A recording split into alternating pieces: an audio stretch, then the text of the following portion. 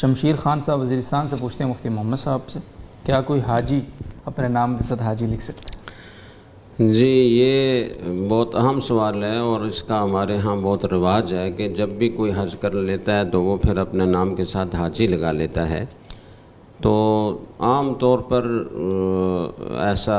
کرنے سے مقصد یہی ہوتا ہے کہ لوگوں میں وقت بڑھے، تو یہ ایک ریاکاری بن جاتی ہے کہ لوگ مجھے حاجی سمجھیں، مجھے نیک سمجھیں، لوگوں کو پتہ چلے کہ میں نے حج کیا ہے۔ تو جیسے دوسرے سارے اعمال ہیں وہ محض اللہ کی رضا کے لیے کرنے چاہیے، اگر اس میں ریاکاری آ جائے گی تو وہ سارا عمل بیکار ہو جائے گا، بلکہ الٹا وبال بن جائے گا۔ تو اسی طریقے سے اگر کوئی حج کر رہا ہے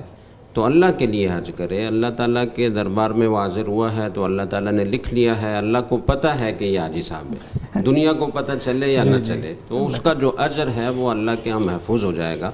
تو اجر کو محفوظ کرنے کے لیے یہ مناسب ہے کہ حاجی نہ لکھا جائے۔ لیکن کبھی ایسا ہوتا ہے کہ وہ اپنے نام کے ساتھ خود تو حاجی نہیں لگاتا،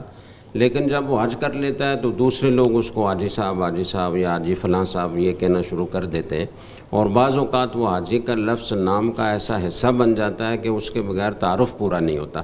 تو اگر ایسی صورتحال اس کے اختیار کے بغیر پیدا ہو گئی ہو اور حاجی کا لفظ لگائے بغیر لوگوں کو اشتباہ ہوتا ہو کہ کون سے اسلم صاحب مراد ہے، حاجی اسلم صاحب مراد ہے یا کوئی اور اسلم صاحب مراد ہے، تو ایسی صورت میں حاجی کا لفظ لگانے میں کوئی حرج نہیں۔